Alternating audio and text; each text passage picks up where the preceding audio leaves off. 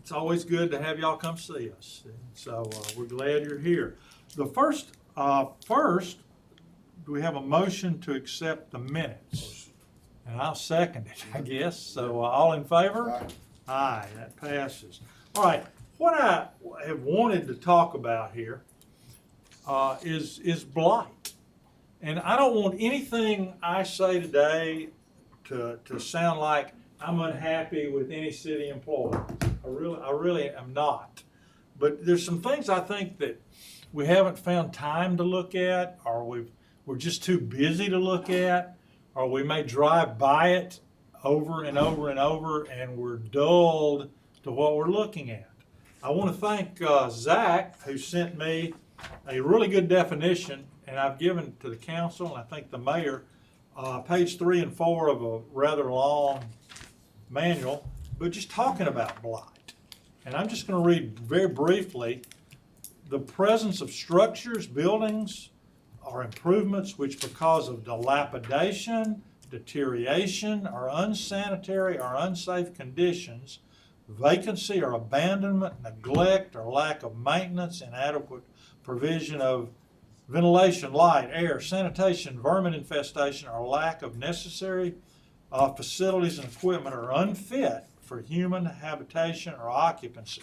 And it goes on and on. But I think we have a pretty good idea of blight in our city. And I know, Mayor, for the last few years, there's been a good job done. I know in Mr. Wilson's district, I know he brags on what's been going on with many of the houses there, other districts, and I'm thrilled to death with what's going on. But I think sometimes we've allowed some businesses in our community to get by where we wouldn't let someone's home be that way. I Googled blight in urban Tuscaloosa, and Brendan's picture came up immediately. So he has, but explain why your picture's on there for us, if you would. I'll do it briefly. Please. Over 2020, had a great opportunity to work, and really our team members in UD, using a lot of varying virtual data, volatiles data, worked with a professor at the University of Alabama to utilize some of our garbage trucks and some of our data and information basically to create an AI algorithm basically to scan imagery and detect defective features within properties and code enforcement violations. And throughout the city of Tuscaloosa, let me stress, is a 40% owner. If it gets patented, the University of Alabama is a 60% owner. Optimistic here the next year to 14 months, so we'll get to go through that process and complete it. Jayla, who's on our team, and some of our planning and building folks are looking at trying to make it a little bit more robust for usage. But it simply is, and I know Barry knows way more about this from a day-to-day standpoint. When you only have really 2 to 3 people devoted to it, Right, and you have tens of thousands of properties, both residential and commercial, across the city, it's nearly an impossible task just to keep up with. Is that fair? I mean, I know how hard y'all work, and I know you're going to be. and I don't doubt that, but I don't want us to forget that these are out here. You know, Absolutely. that's why I asked to do that. So we have the background and data and information. I think it's just, I want to say kind of a commitment from the council, because when you go out and do these types of sweeps, I would be lying to you if you don't think you're going to get phone calls from business owners. Oh, sure. Calling, Mr. Duncan came by and wants me to correct this, this, and this in the property maintenance code. So it's something that we can tackle, but it will take the support of the council for that. I understand that, and I just want to show some pictures. Some of these I took very quickly, just riding around one afternoon.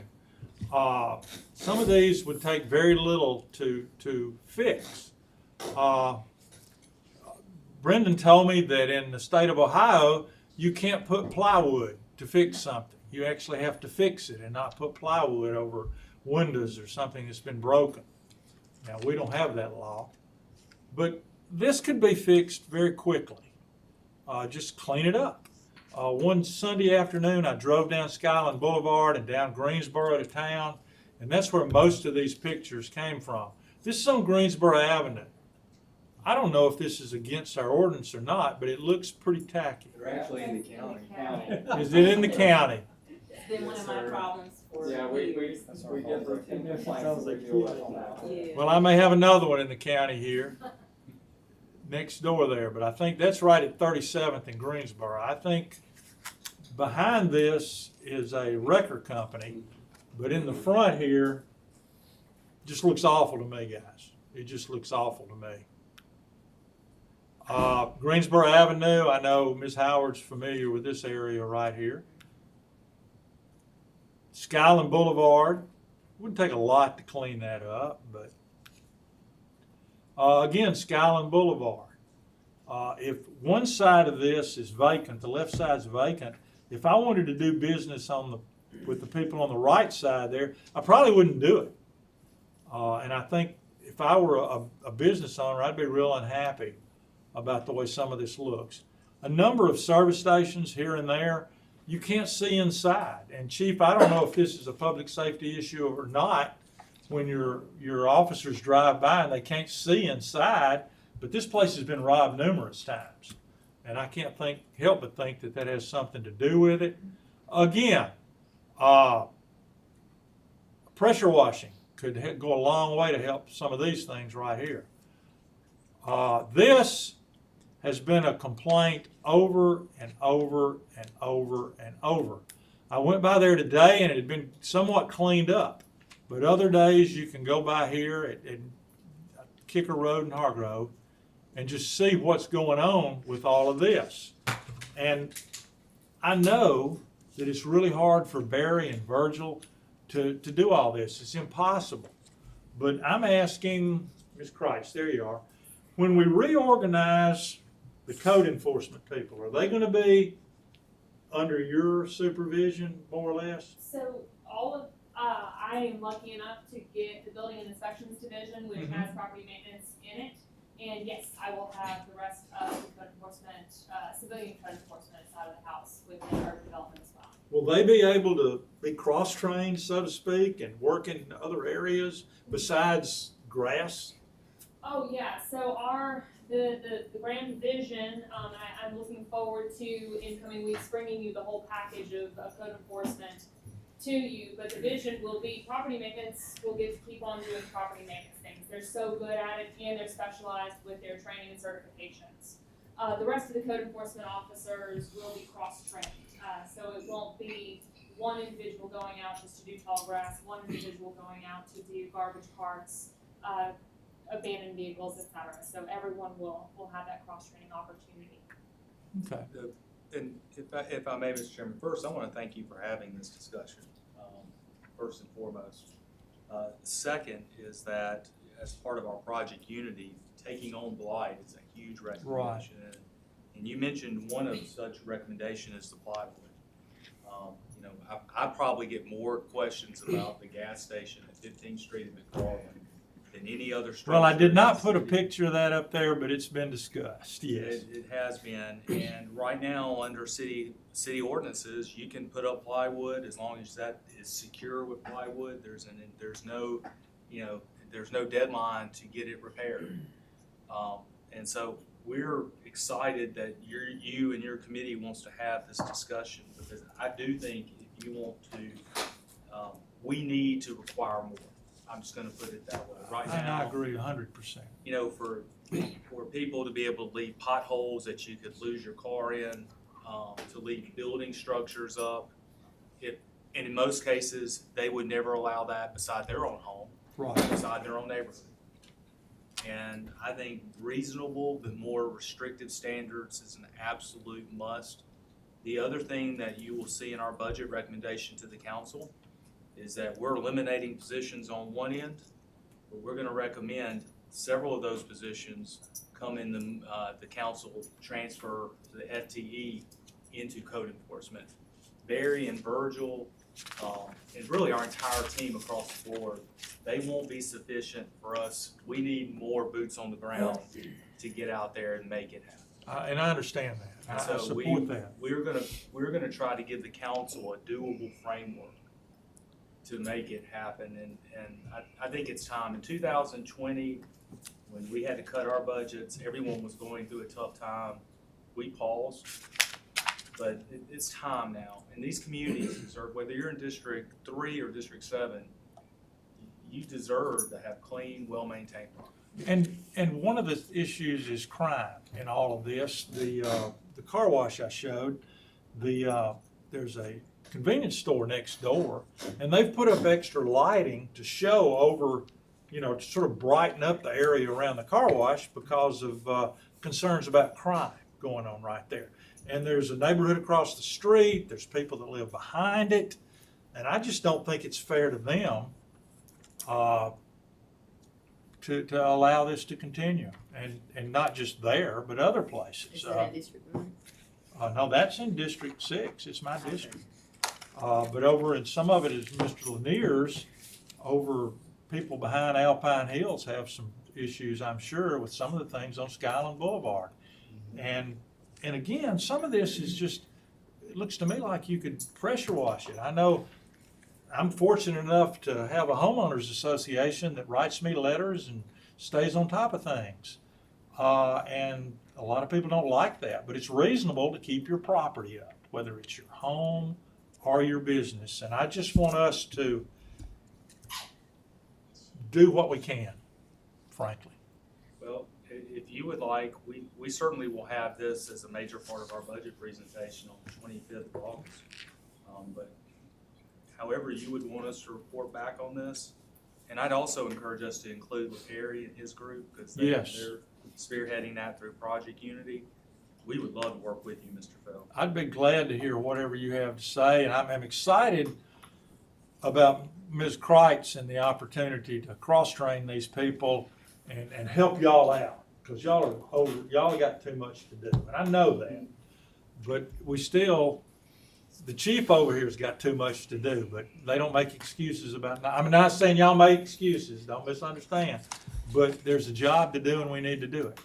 Well, and the other thing too is that and this will be something I'll look for Scott and his team to advise us, is do we want to go through property maintenance, or do we want to go through condemnation? Y'all correct me if I'm wrong on that. One, I don't know, I've heard mixed feelings on both. I think those things would be good discussions, so we can provide guidance that can get us the quickest way to a remedy for the community. Okay. Well, I'm for it. Whatever we can do, any way I can help. Okay. And I told you I'll give this back to you when I finish. Thank you very much. All right. Under new business, Mayor, you and Ms. Standridge and Ms. Kemp are going to talk to us about the COLA business bonus that we're so excited that we can do for our retirees. And I know you, as chairperson of the administrative committee, have been a strong advocate of this, and quite frankly, our entire city council. What the three of us, because I know we're short on time today, what the three of us are recommending is we move forward with the implementation of the COLA. With the approval of this body, we will include it in our fiscal 23 budget submission, both for general fund and water and sewer. And I'll ask Ms. Standridge to provide you what that looks like from a budgetary standpoint, and Ms. Kemp to talk to you about the number of retirees impacted, et cetera. So, Ms. Standridge. Yes, sir. The total amount that will be necessary for budget for citywide is $190,000. That will basically be applied to all retirees that are within the RSA system. And it all depends on their years of service that are also in the system. I can let LaShonda talk to that further. But $190,000 will be included in the general funds budget and the water and sewer fund budget for submission for fiscal 23. And we already have that worked in, which will be in the mayor's budget presentation on August 25th. Okay. Do we need to do anything today about that, or is it just? I think approving a resolution, I know that many of you may have been contacted by our retirees, and if I were them, I only had one come to my home, but yes. I think showing some solidarity on it too, would be a very good thing. So we are required by RSA to pass a resolution by the 1st of September. And so we're just going ahead and getting it in the queue, and then it won't be required to be paid to RSA until after October 1. And then the actual checks will be issued to retirees in the month of October 2022. 2022. Well, I don't think we have a resolution to vote on today. It's in your packet and it's. Oh, it is? Yes, sir. Oh, okay, I missed, okay, And thank it will be you. on council Well, then agenda. I'll entertain a motion for that. Mr. Chairman, can I ask a question? Certainly. What is the COLA percentage we're applying to this? Also, what is the percentage? It's actually a bonus. Oh, go Or ahead. to calculate it, what is it? So RSA determines it based off of their number of years of service. So I think it's $25 for every year of service that they've had. They're very hesitant to apply COLA, obviously, because it'll extend their unfunded liability. But that is the formula, $25 for every year of service. Should be their bonus. I know the max is 600. Okay, that's good. And I that see would that be now, for Cassius. 25 years of Yeah. service. Okay, did we get a motion and a second? All right, do we have a second, Ms. Howard? Second. All right, all in favor, aye? Aye. All right, great. Thank y'all for that. All right, Mr. Pons and Ms. Cates. All right. Giles, I'm sorry. You're good, you got Yeah, you know who you are, I'm Yeah, sorry. yeah. I was trying to poke fun at Ms. Cates, but at any rate, go ahead. Well, before we have DRD 422. As a reminder, this is gonna be the briefing that you all receive. We used to do these at full council, but now you'll receive a briefing, be able to ask questions. And then you'll get a refresher at pre-council, and then this will just be an item on council, after you review it here today. So we've got a petition to construct a 7-story hotel with approximately 1,800 square feet of ground floor commercial and 92 condominium units, as well as underground parking. This is located at 2134th Street, Zone BCDROD in District 4. Here's that piece of property. And then we've got some aerial and drone images for you as well. So it's gonna be primarily the left side of this piece of vacant land that you see.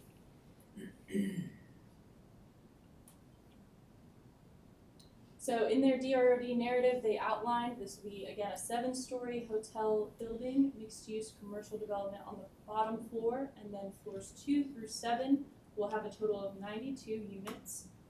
There will be 78 one-bedroom, 12 two-bed, and 2 two-bed terrace units. It'll result in 106 bedrooms total. The second floor of the development will also have an outdoor amenity space and an outdoor pool. So, Ms. Childs, that is 18,000 square feet. That's right. That's right. They will have vehicular access extending off of 4th Street, and they will also have a shared private drive that gets you down into their parking lot. This will make a lot more sense as we get to those renderings, but that'll be 175 subterranean parking spaces that they're adding. The Okay. Architecture Review Committee reviews all DROD applications, and they found that it meets the intent of the overlay district. This also went before Planning Commission in June, and they unanimously recommended approval. Again, taking you back to where we are. Here is a layout. This is gonna be one of your typical condominium floor layouts. This is one of your parking levels. An additional level of parking. This is the lower level, and this is the upper level. This is also where their dumpster location will be. This is the ground floor commercial plan, so 4th Street's up here. Most of the commercial is up in that area. We've got a large lobby and then some gathering spaces as well.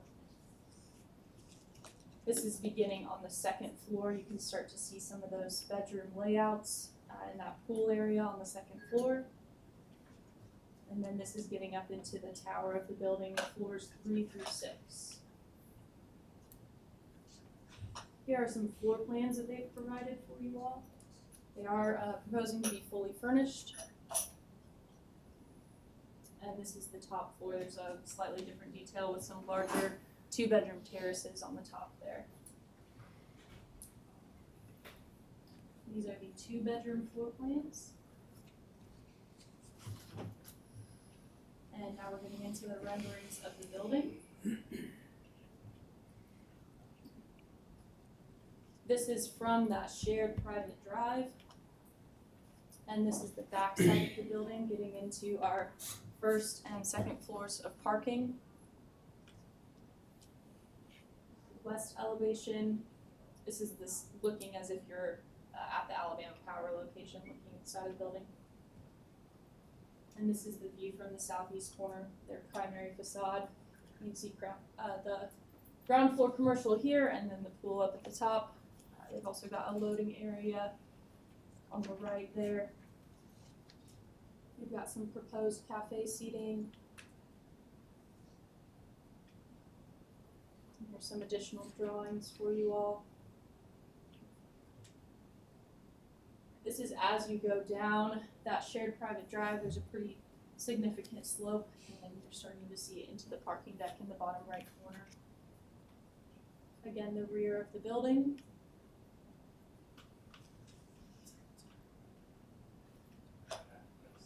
Pool deck. This is the interior courtyard, so this is at the portion, the furthest back of the building, essentially above the parking deck on that back side. They've got some courtyard and then large event spaces around this courtyard. Here are the interior concepts of the units. Again, they are planning to be fully furnished, operating as a hotel. And here's the interior of the ground floor spaces.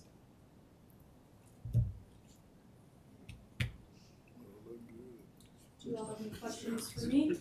Well, I think, is there a representative of the owner here? Yes. Oh, there you are. Explain to us why these condos will not become student apartments. Well, so first off, the owners that purchase into this, so the 1-bedrooms are gonna start at around 799 to 850,000, and the 2-bedrooms, they go up from there. So all the 2-bedrooms are well over $1 million. So there's also a revenue share with the owners of the space. So if they buy their unit and rent their unit out through our hotel pool, they share in 50% of the profits. So it is in their best interest to invest their money, have the unit use it when they want to use it, and then put it back into the pool. They don't, under our HOA guidelines, they will not have the ability to rent out their unit outside of our control. So it is a branded concept similar to what you would see at a Four Seasons resort or some Destin, where it is controlled by the hotel entity. It's a branded concept. So you could buy the unit, and then you are part of the HOA. You share the revenue with us, so we're all aligned on that. And that's really the premise of it, is to put those people in there. So we encourage all of them. All of our interests are aligned with them actually getting revenue from them, us renting out their unit when they're not around. And I understand, is there a length of time you can stay there?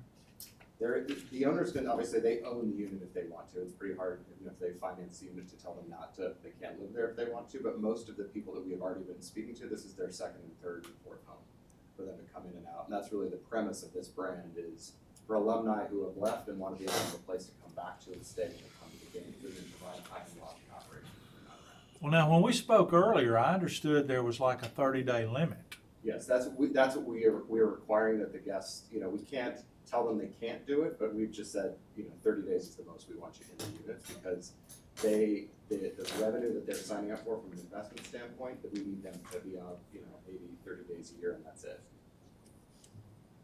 Okay. I saw Mr. Crow first, yeah.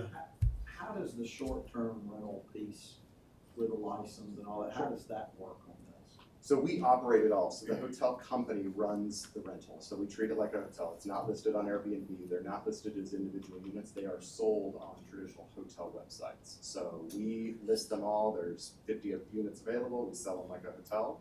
So there's not 50 individual licenses, and those condo owners don't have to do a thing. That's really the premise, is we do it for you. So that's where all that's paid, lodging tax and all that stuff will be paid to you. Yep, You guys will do it. We'll pay it to you. So we pay you all the taxes from the food and beverage. So there's an ongoing living operation. So the ground floor is 3-meal-a-day cafe, tons of event space, members club, and so all of that revenue is generated not only on the ground floor but also from the hotel room sales.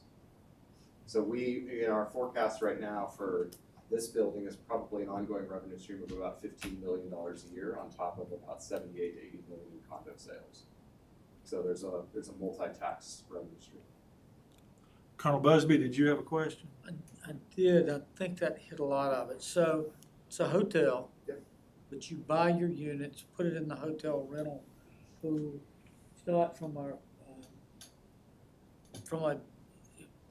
if I live in another condominium over here, I own my own unit, I can rent it through VRBO for less than 30 days.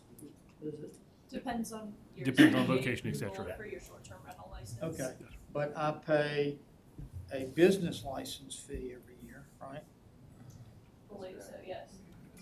Yes. And based on my rental revenues, in addition to the lodging tax, which y'all are paying the Yeah, lodging we'll pay tax. our lodging taxes. And then I'm subject to certain $1 million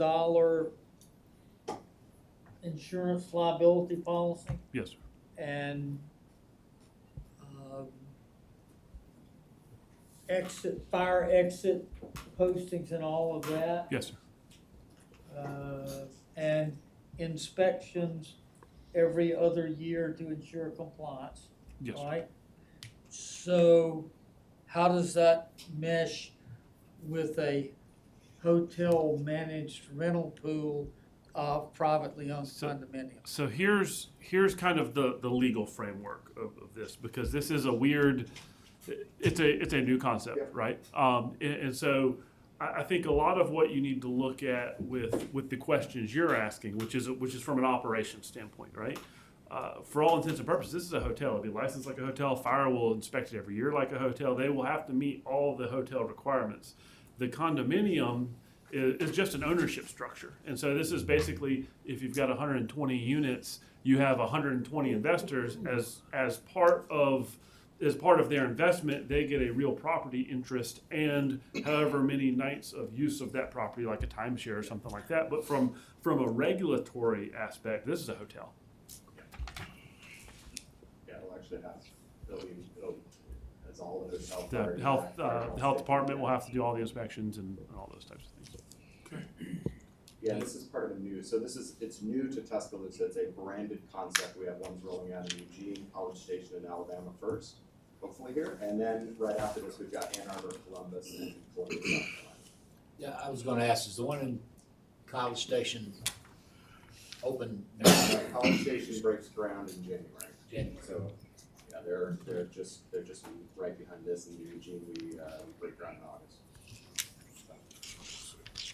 All right, this will be coming back to us at some point You gonna get This one? will come to big council, next week. next week. Okay. The parking, there's 192 units, 175 subterranean, and then is there street level parking, and is our requirement 1 for 1, 1 point something for This- 1? Yeah, this is zone BC DROD, so they are not required any parking.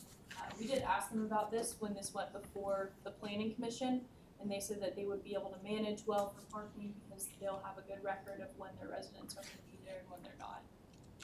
I think they're primarily. Well, I can tell you when they're all gonna be there. Service. Yeah, Texas A&M game, Auburn game. So where do they park?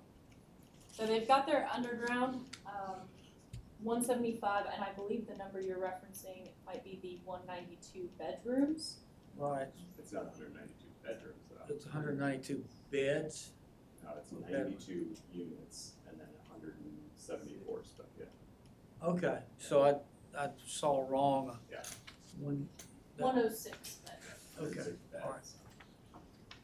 Okay. Anything else? Oh, go, Mr. Crowe. One more question. All right. Mr. Chairman. Okay, when we were looking at the other development that would be adjacent to this, there was a concern about 4th Street being a cluster as far as traffic and all that goes. How do we feel about this, Chief?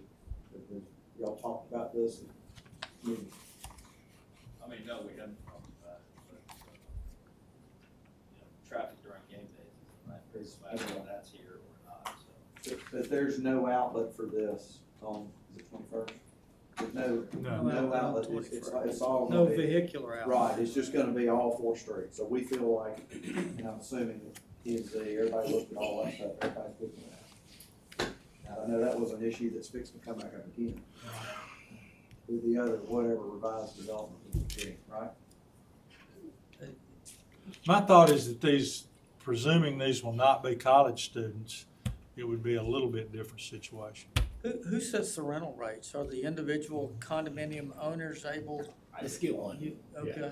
Yeah, we really rented this as a rental hotel. Right, for Okay, real. what, how much, you already have some established, you said? We've got some, I've got all the projections for this, so our projections for here is somewhere in that mid-60% occupied. And then rates will be somewhere between $250 to $500, and then obviously much higher on game day weekends. So, and then the average right now. It is a novel and interesting concept, and Yeah. it does take a little bit of wrapping your head around it. You've got one open already? Eugene is under construction right now, so Eugene is the first. Okay, and this. College this Station. would be the second. This is College probably Station, the second. Texas. Okay. I know there's a desire, to College Station, so. All right. Kate, under Zach or Paul had any other concerns about this that we want to talk about? All right then, thank you. We got a lot to do yet today. The ordinance amending section 1917 of the Code of Tuscaloosa, Ms. Kemp. Yes, sir. So earlier this year, there were some federally mandated changes to commercial driver's license and entry-level driver training. You all approved for us to hire CDL trainer, as well as JJ Killer to provide us with the curriculum. So that's an investment that the city is making. When we do the training and these employees get their CDLs, actually we had our first class to pass. So we had 100% pass rate, so we're Good. excited about that. But what we want to adopt is something that says that if they leave the city within 24 months, we can recoup some of that, and fire does that with fire calls. Sure. Okay. Any questions, Ms. Kemp, about this? All right, do we have a motion? Motion. Second. Motion second, all in favor? Aye. Aye, and it passes. Ms. Kemp, you're still with us. Yes, sir. Ordinance amending section 19-61. Yes, sir. So we are requesting to One, adopt. I'm sorry, one question, Scott, I Yes, think it's a you question. Can we recover that? We can. Okay. Yeah. So, in some instances, harder than others, but we've been pretty successful on the fire side. Okay, cool. What do you do if they don't have a check for $1,500? Typically, we will, Timbo, do you handle the garnishments, or we? Yes, if they've gone to work somewhere else, if they've left us, if they're still here, it's easy. We'll just work out something with them and we'll garnish the check.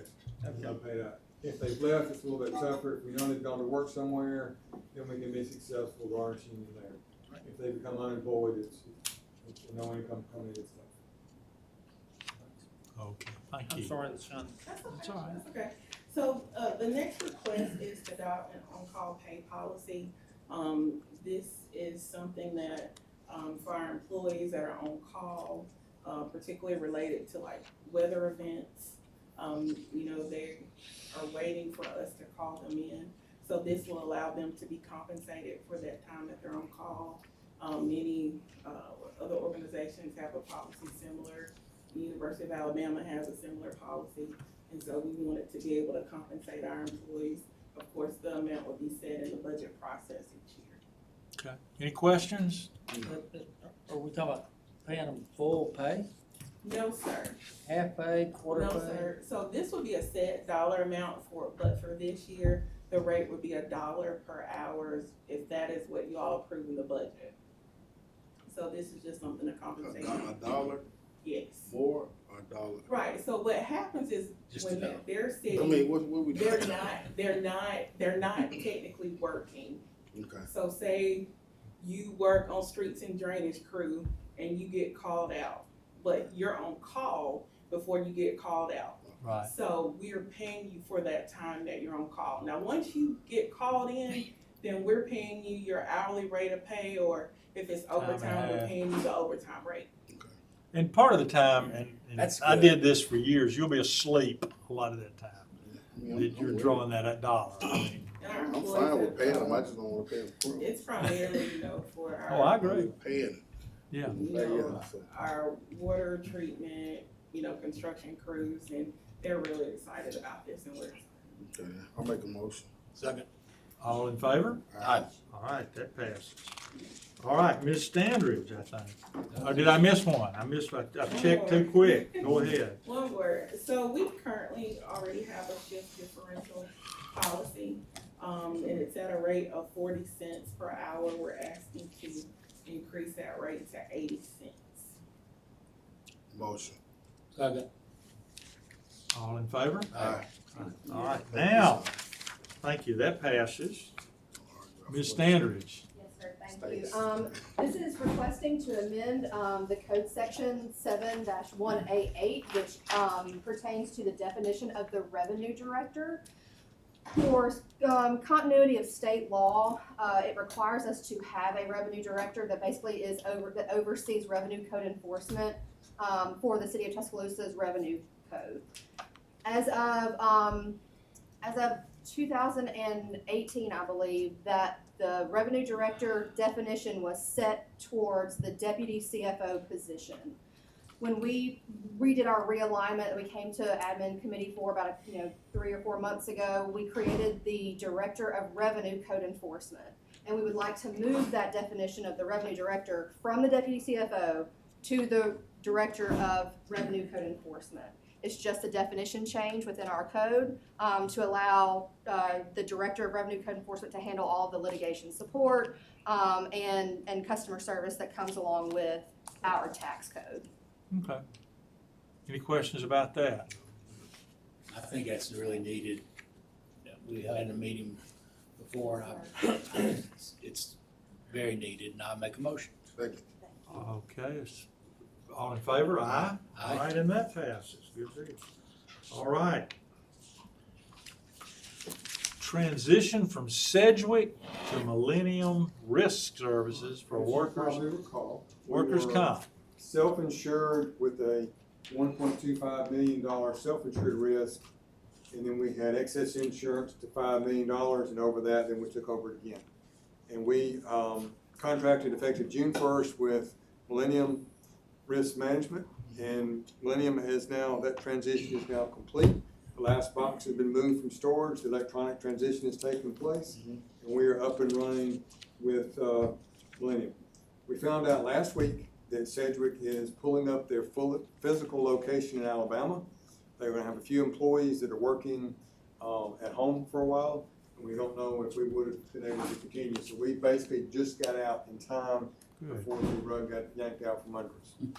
And a lot of thanks has to go to Rick Manasco for guiding us through that process and putting together proposals that actually led us to MRM or Millennium, which lets us be operational. So. Well, I appreciate him, but I appreciate you doing this too, because this is important stuff. And I'm not aware, and OCA or the rest of the city is not aware of who these other people are that do these programs for workers' comp. So that's where we needed the help, and he got us through that, so.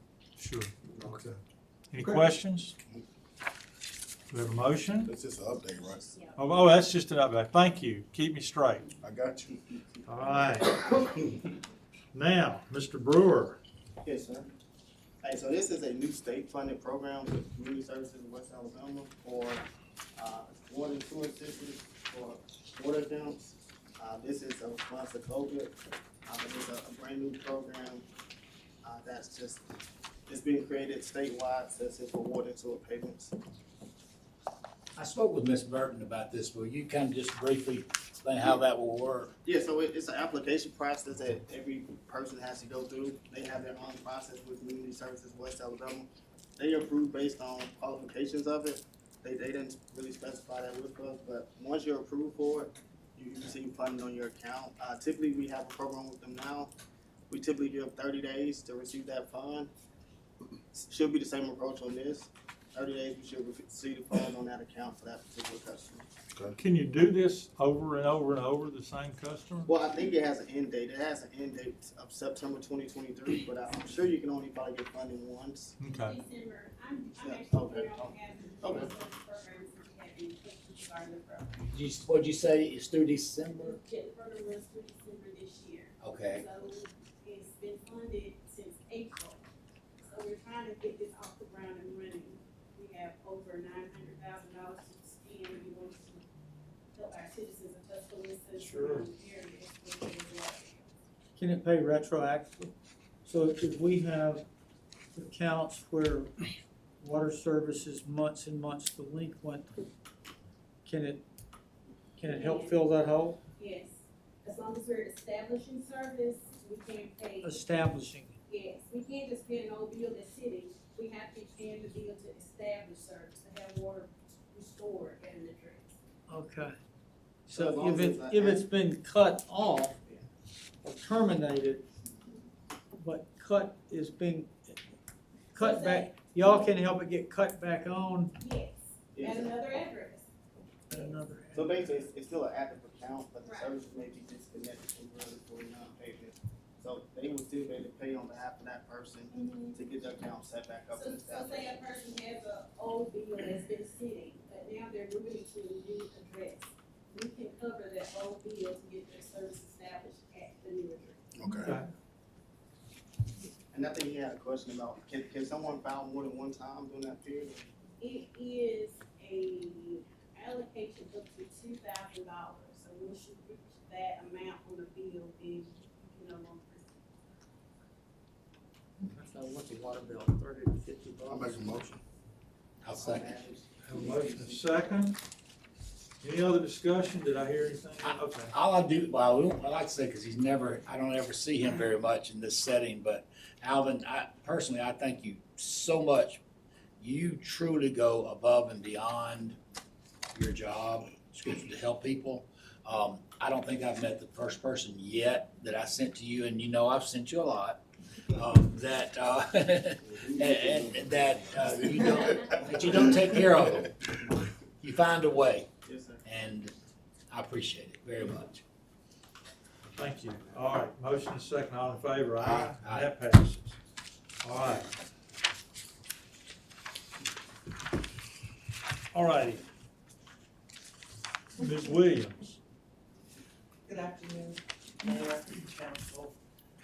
This resolution is going to authorize the court to re-implement the, parking, overtime parking ticket, to be utilized in order for us to collect school supplies. And so when we implemented this in 2019, it did pretty good. These were the only pictures that we had, but we were in transition. We were transitioning from one parking program to another one, and so the one that we have now is Passport. And when we actually implemented this program, we have a Syscon parking. So right now we have about 976 outstanding overtime parking tickets that we're hoping that we can collect school supplies to help the community. We know that they're probably gonna be having a rough time after COVID and, you know, with employment and everything. So we just wanna reach out and actually help them. If I owe $100 in parking fines, how much supplies do I need to bring to take? Yeah, okay, so for every overtime parking ticket, which is $18. Yeah. Then they can purchase $10 worth of school supplies. Okay. That's good. Make a motion. All in favor? Aye. That passes. Thank you. Good luck with that. All right, now it's Ms. Kreitz. Now it's Ms. Price. And I promise I know how long the rest of our agenda is. And so I just want to give you a quick update on where we've been with Framework. Because I haven't gotten to come and chat with you about where we are, what we're doing when it comes to our code update process for Framework. Last you saw us, we brought our clearing consultants to you for that lunchtime meeting. where they went through the process and talked to you about what to expect. Tomorrow we'll make 4 meetings in. Have any of y'all gotten any complaints yet? It's working, guys. That means it's working. And to take a 50-year-old zoning ordinance and try to pull it into the 21st century, that is a feat, y'all. And so I am enormously proud of the staff team in urban development, the planning group especially, and what we've been able to accomplish thus far. Because we are wading into this slowly. We're talking just about intensity and dimensional standards right now. We've not gotten into the complicated stuff. But the methodology that they've been executing and utilizing has been we see what's coming ahead because we have a schedule. And we reach out to those stakeholder organizations and we make sure that the neighborhood groups, the Chamber of Commerce, the home builders, et cetera, are all fully aware of what's going on and how they could be impacted. I had a meeting just this morning with the Tuscaloosa City Schools about possible zoning for the lake and how that could be impactful to them in the future. And so we just keep on having these meetings over time, and we've gotten such a great process. So what we're talking about tomorrow, I know we mentioned it briefly, our meeting tomorrow is about the lakes area. As we move into the August meeting, things could get spicy, and I fully recognize that. There will be these hard moments, and we will talk about hard things, and we will do hard things. We will get into the downtown area, the riverfront. We will get into multifamily housing. We will get into that missing middle housing that we got to learn about a couple of months ago. Nonconformities, how do we handle those? But I think as we continue through this and take it one step at a time, I think we're going to continue to see the success that this project so deserves, and just to get it done. Yeah. We want to make sure that we're doing it right, and I refuse to sacrifice doing it right to do it fast. I'd rather it be successful as soon as we hit go. So what you're gonna see as we continue forward is that intensity of what we're discussing, the hot topics are going to increase in all likelihood, and we'll keep y'all up to date as we go. We are talking first about what the dimensions. We'll start talking about uses. We'll get into how those uses can interact with each other before we start talking about colors on the map. Because I want us to get to a point where we know that when we're talking about Mr. Tyner's district, Mr. Lanier's district, that we know exactly how those uses will interact with each other. What this new zone up against this new zone will actually look like. And I think that's where we'll find the most success, and where I think some of what we've done in the past may not have been as successful. So I just want to give you all a quick update and let you know where we are, what we're doing, and if you hear anything, you run into anything, y'all know where to find me. Don't worry. I know you are not shy in the same way I am not shy. Y'all are not shy about letting me know. So Thank you, Ashley. of course. Great job. All right, Chief Rice or Mr. Woodson, talk about queuing. And for anybody that doesn't know what queuing is, tell us what that is. Well, actually, Mr. Phil, I actually have a definition. I want to give you in just 1 minute. Sure. Chief Blakely has been working on this for several months, and I hope you guys kind of have a idea of what we're doing here. But I'm gonna outline it, and I know we're stuck on time, and this is going to be a big item that we want to talk about at length. But so this is kind of what the problem we're dealing with. This is an 8-day game. The video, and you can see It's like where an anthill. it's like herding cats, to be honest with you. The problem, we have several problems, but one of the main problems is all these foot traffic folks are being pushed off of the sidewalk based on,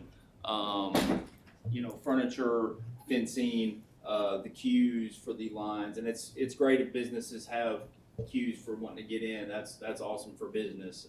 It causes a problem with pedestrian traffic. And if you see over here on the left of the screen, you see this cattle gate here that's pushed out. You see this gate going around here, so it causes everybody to be pushed out into the vehicular traffic area, which is a big problem for us. Now that's during the 8-day game, and we got football starting up in September, and this is just going to be exasperated when that comes around. So the problems, we got customers versus loitering. You're seeing a lot of folks just standing around out there, and that's part of the problem. A lot of these folks are not going in these businesses and spending money. These are folks just standing on the sidewalk, just causing pedestrian obstacles. A lot of these folks go to their cars and drink alcohol or bring their alcohol out. Like I said, they're not going to bars. They're not patronizing any of our businesses on the strip. They're out there partying on the side of the street, in essence. Talked about they have to be pushed out in the roadway, and obviously that video highlights that very well. Unsafe for drivers, obviously. And, we can do the overcrowding. That causes a lot of police resources that have to be called in to take care of this problem, and it's a reactive side of us. We don't want to be reactive. We want to try to do things in the front end to help control this. That's kind of why we're doing this queuing permit. This is also 8-day game. You're going to see Chief Blakely actually do some work here, so right there. But you see how people are just standing out there, and you see the queue line over here on the right side of your screen. That's the queuing line, and these people are standing out 3-4 people wide, which is again pushing our pedestrian traffic off the sidewalk into the roadway. I know, gosh. All right, so what's the partial solution? Obviously, the queuing permit's not going to solve all that. It's going to be a collaborative effort between a lot of tools. But this is just one more tool in our toolbox to help fix this problem or tackle this problem. So back to your original question, what is the queuing? All right, queuing, and this is in the ordinance, code ordinance. It's the line of people within defined temporary barriers on the public sidewalk or right of way, waiting to gain entrance into a business in the corporate city limits of the city of Tuscaloosa. So that is the definition of what is a queuing or queuing permit. The queuing permit, during the process, they're going to identify the queuing zone right outside of your business through when you apply for the permit. If it's small, some of these businesses are blessed with a larger frontage or a larger property. So we can try to work with them, if it's a smaller business or a small frontage, to try to work with them and get the best solution for them. Obviously, any of the queuing shall not interfere with ADA compliance. Those are pretty much set in stone, and we have to consider all that. If queuing reaches the property line, the business has to stop. So the queuing line can't go all the way down, for instance, University Boulevard, blocking other business entrances or blocking restaurants or anything like that. What we propose is hopefully if they have some kind of barrier out there, it's not a set barrier that's always out there. So once their business is closed, once the queuing is finished, they take those barriers up and it's not a permanent fixture outside. And this is a good example. There's some businesses that's got it roped off for their sidewalk cafes, which is great during the day. At night, it creates a huge problem for us and obstacles for these large groups of pedestrians walking down. And this is kind of just an example of what would businesses on the strip right there, University Boulevard and Red Deer Avenue, what their frontage, their queuing area would look like. Enforcement, the chief of police or his designee can suspend permitted queue if it's a problem, such as the queuing violation. If it's violated anything we talked about here, the chief or anybody he designates can shut them down. Queuing without a permit, obviously if they didn't come up here and go through the process and get vetted and look at their plan, we're going to shut them down. Violating fire code, that's a big one. That was one of the problems with the queues is they go into the door and people would just stand in the door creating some fire hazards. So those are all considerations that the chief or anybody in the police department would be able to shut them down. After 3 citations, we can go revoke the queuing permit. Final inspection prior to signing off is actually gonna be through the code compliance during the initial business, approval. And periodic inspections during insurance compliance, and that would be basically on us. The application, you would submit it through the revenue department, and it would be reviewed through several agencies, fire, planning, et cetera. The permit procedure, the prices, the application fee's $100, annual renew is gonna be $1,000. And obviously it, adjusted to inflation every year. Queuing permit must be posted near the business license, just, in a frame near the business license inside, so officers know that they do have a queuing permit. So that was down and dirty quick. I know y'all got questions. I know. Yes, Go ahead, Mr. expected Busby. some from And as I frequently remind Mr. Lanier on the finance committee, I'm not on this committee, so I realize I don't get a vote, but. Well, this is a big part of your I'm constituency, the so. proud owner of most of the bars. Absolutely. And I'm caught a little by surprise, Jimbo, that we're up for a vote now. I mean, this is on here to get approval to move for council vote. Correct. And I say a little surprised because, you know, we prompted by the most recent A-Day game, we all set our hair on fire again at the because it's worth setting your hair on fire for. It's a mess. And so we started looking at this queuing arrangement, and that's been April, May? And I didn't know we had moved to a point of being ready to vote on it. I know I will support absolutely anything that I think will help that problem. I'm not sure we got to a consensus that this would help, and who would have to get a queuing permit? I mean, there's a little tavern over here with a fire capacity of 40 Anybody have that to wants spend $1,000 a year Anybody because that wants- occasionally, every now and then, they've got 5 people lined up versus a fire capacity of 800 down on the strip. It's, you know, that's a question. And maybe just, I know we're out of time, and I know we have another. We guest. have one more we're gonna get to, yeah. Our goal, let me just kind of work backwards from our goal. Our goal would be to have something in place by the first football game. I see that urgency. So, I know that the team has gone out and met with stakeholders and received input, and so, if a vote today would happen, that would be great, but it also, we certainly, know there's a little bit more time. We just want to make certain that we check the box before the first home football game. And the bar owners down there, and one of them, the one that we associate most problem with, I talked with him down there on site. He said, look, if spending a few thousand extra dollars for security will help the problem, I'll do it. He said, but my guys, they don't pay any attention to your uniformed armed guys. They're not gonna pay any attention to my private security guys saying, hey, you gotta get in that line. He said, what do we do? I think it's gonna take a I hope while. Again, I promise, there's nobody who wants I a understand. fix to this problem worse than I do, but I hope we'll, maybe, if y'all would table it for 1 week and let us, we're in a Well, it'll be 2 weeks, really but we can do crowded, that.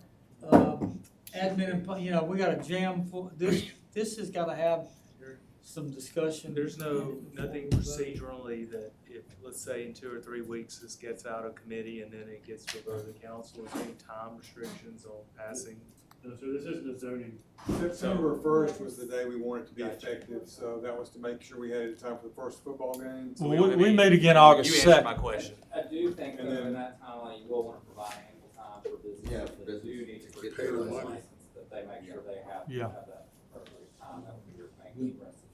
But for example, critically, I've got some bars that have literally 40 or 50, zoned for 40 or 50 people. Every now and then, they may have 4 waiting to get in. Those are never gonna be a problem. They'll be just right there real quick. And where we envision this work, your queuing line that you're responsible for is inside the barriers. TPD will be there to take everybody outside the barrier that's loitering and blocking the sidewalk and move them along. We're not asking the security to take care of the area outside the barriers. Part of the problem we have, Mr. Busby, specifically in those videos that you see there, is PD tries to move the people that are blocking the sidewalk, and they all claim to be in line. And so when we can get a sort of a hard, fast distinction between in line and not in line, and some of the people that aren't going to listen to bar security, those aren't people that even want to get into that bar. Otherwise, the bar's solution would be not to let them in if they didn't listen to security and solve that problem. And so being able to kind of set that delineation and keep the sidewalk clear and moving kind of beyond that is what this is after.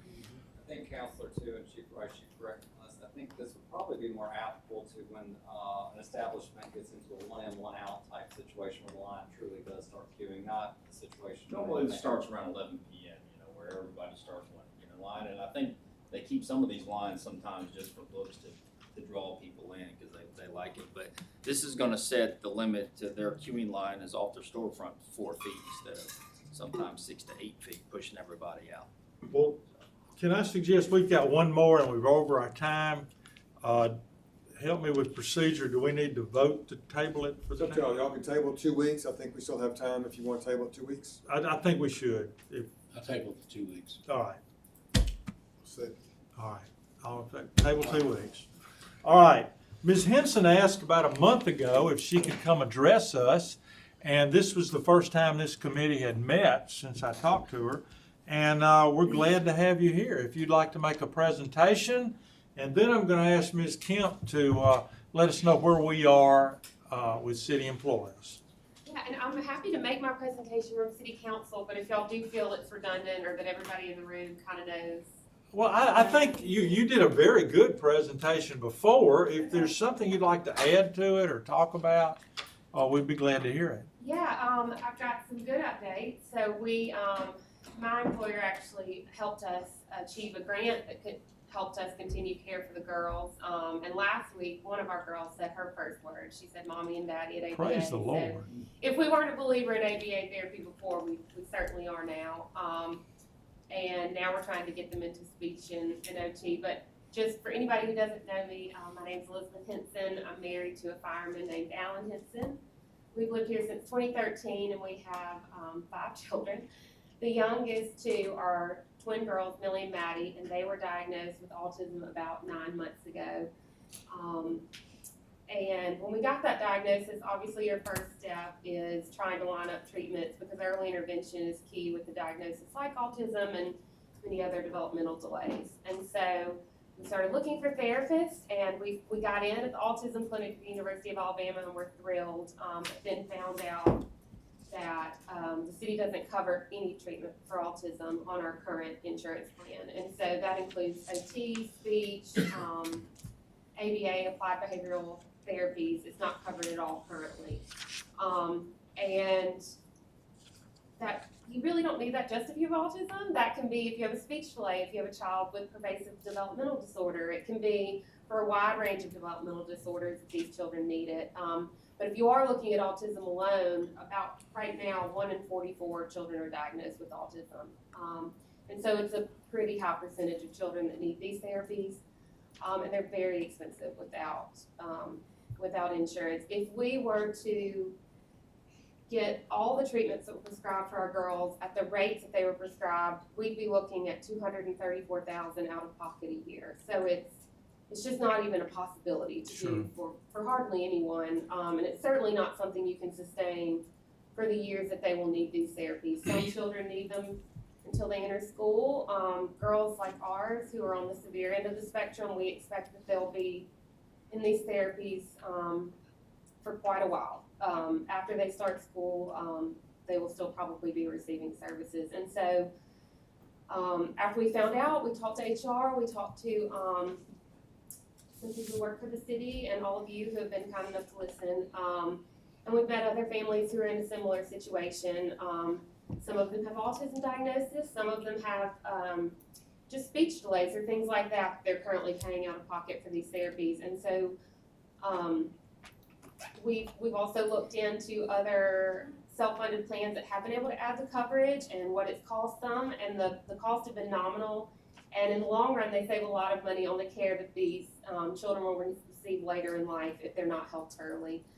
And what I have found by talking to people is most of the time, if you can't get the coverage and you're not in a position to find someone to help you, then your child just doesn't get the services. And I think that happens a lot more often than any of us in this room, including myself, realize. And I certainly didn't realize until it happened to us. And so I hope that the city will consider adding that coverage. And I'm happy to be a resource or answer any questions or connect you with any of the people we've worked with. But I hope it will get added for all the city employees and their children. Thank you very much. Ms. Kemp, would you explain to us where we are today, and then if we have some questions? Yes, sir. And what you may suggest? Yes, sir. So, we met or talked with Blue Cross Blue Shield and our insurance consultants regarding, benefits for the therapies. Now, autism itself is covered by the city, so office visits, medications, things of that nature, it's the therapies that we currently do not cover. So it's a little different if, say, someone goes and they pays for the therapy out of pocket. They don't get to take advantage of the Blue Cross Blue Shield discount. So you know how when you go to Blue Cross and they send you an explanation of benefits and it says the provider submitted this, they allow this. So if you're paying cash out of pocket, you don't get the advantage of the discount. So the reason I'm saying this is because once we talked to Blue Cross Blue Shield, they did not feel like it would be $200,000 per person for coverage of this. So they estimated that potentially that it could be as much as $80,000, not likely per year, and that is insurance cost. Right. Okay. So based on the information that we reviewed, HR does recommend covering that. And adding it, covering the therapies at renewal. AB. Right. So the ABA therapies and the speech therapies. But of course, it would be a council decision. There will be costs associated, and we are a self-insured plan. Now, when we spoke with Blue Cross and Blue Shield, they said 40% of their self-insured plans cover it. None of our local non-federal government agencies cover it at this point. Right now, we anticipate, first, HR is recommending this as part of, it's recommended it to me to be included in my budget. It's going to be in my budget to the city council. We anticipate, based off, we have to be very careful in the information that our employees provide to us as it relates to healthcare. So we think that the number is probably around $400,000 a year to the city of Tuscaloosa. The city has to take on 70% of that cost, so it'd be $280,000 that the city would take on, and then the employee share of that would be $120,000. So, because we divide our health insurance costs 70-30. But we couldn't add this mid-year just because of our health insurance plan and just because of the cost associated with it. But we plan on putting it in our budget submittal. And if the council adopted that, then it would be effective, I assume, October 1. Yes, sir.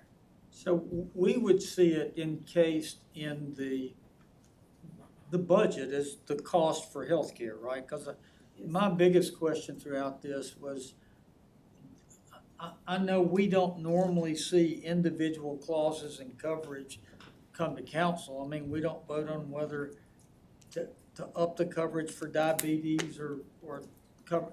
So I figured, I felt there was some process that it's encased in, and then we see it at a much broader, higher level normally. Right. Is that how it works? Right. Okay. So initially, when we received information, it was estimated that this could cost $300,000 per patient. And so we wanted time to research to see exactly how much it would cost, because if it's $300,000 a patient, that definitely would impact, our health insurance. potentially several millions of dollars. So of course, we wanted to bring that to council. But after researching more with Blue Cross and our insurance consultants, they determined that yes, there could be some impact, but it would not be to that extent at this point. And if the treatment, to what Ms. Henson's point is, can reduce cost later on in life. About $1 million per child on the spectrum on average. So we think now we're in a position based off of, thanks to LaShonda and her team and the information Ms. Henson and everyone who's been involved in this, between what the consultants with Blue Cross Blue Shield now give us, we think it's worth us. Let's make that effort. Let's add it to our current benefit package that we have with autism. And let's see. We think now this is something. When the initial number of 300,000, that would have been that's a much larger number that would have been out of our universe. But this is within our universe, and we think it's well within what we can do in the upcoming fiscal 23. When you work with Blue Cross to get the rating, I think that's what they give the rating for the city, and isn't that based on everybody that's in the pool, age-wise, who's got what health issues, or they calculate all that, right? Right. So if we say, we know that coverage is gonna cost a little increase or whatever it is, but we're not sure that we might get a decrease here or something else when it's all lumped together, right? Because you don't know for sure that autism coverage is gonna cause our premiums to go up, right? We don't know that yet. Right. Because you could get a reduction in some other way where maybe our healthcare, and I'm not dumb enough to think that healthcare is going down, because it's not. Because I've paid that in my business for, I don't know how many years, okay? But I'm just saying, we feel like that's reasonable, which I think is a great thing for our employees. But we still don't know the total impact yet, and you won't know that. Well, After 1 year, it's really after 1 year. Right. So that rating, that won't really go into effect until we see what the actual costs incurred are, right? And we have to be very Okay, that makes careful. sense. Again, sensitive information of our employees, healthcare information. And two, as you know, year to year, being self-insured, if we have 15 open heart surgeries versus 5, that can impact your number. For the next year. For the next year. It's based on actual cost. Yeah, it's as you cost move plus forward. 8. What's our administrative rate cost on? It's cost plus it's a certain amount per contract that we have. So we have 1,200 contracts currently. So there's a certain amount that's per contract. It's like $2-3 a contract. I hate to break this off, but we're up against the clock right here. But I want to thank Ms. Henson for bringing this to our attention. I think we're going to get something done, and frankly, if you hadn't brought this to our attention, we wouldn't have. So thank you for the whole council. I want to say thank you very much. And I would like to make a motion that you take that one to get whatever his favorite ice cream is. I have not He's going to eat seen, pizza, I have right? not seen a child that size Amen. be that unobtrusive. I haven't seen many adults be that unobtrusive. Lambert turn, man. Well, I know Mr. Lanier has some things on his committee next. Yeah. So do we have a motion to adjourn? Motion. Make the motion. All in favor? Aye. All right, we're adjourned.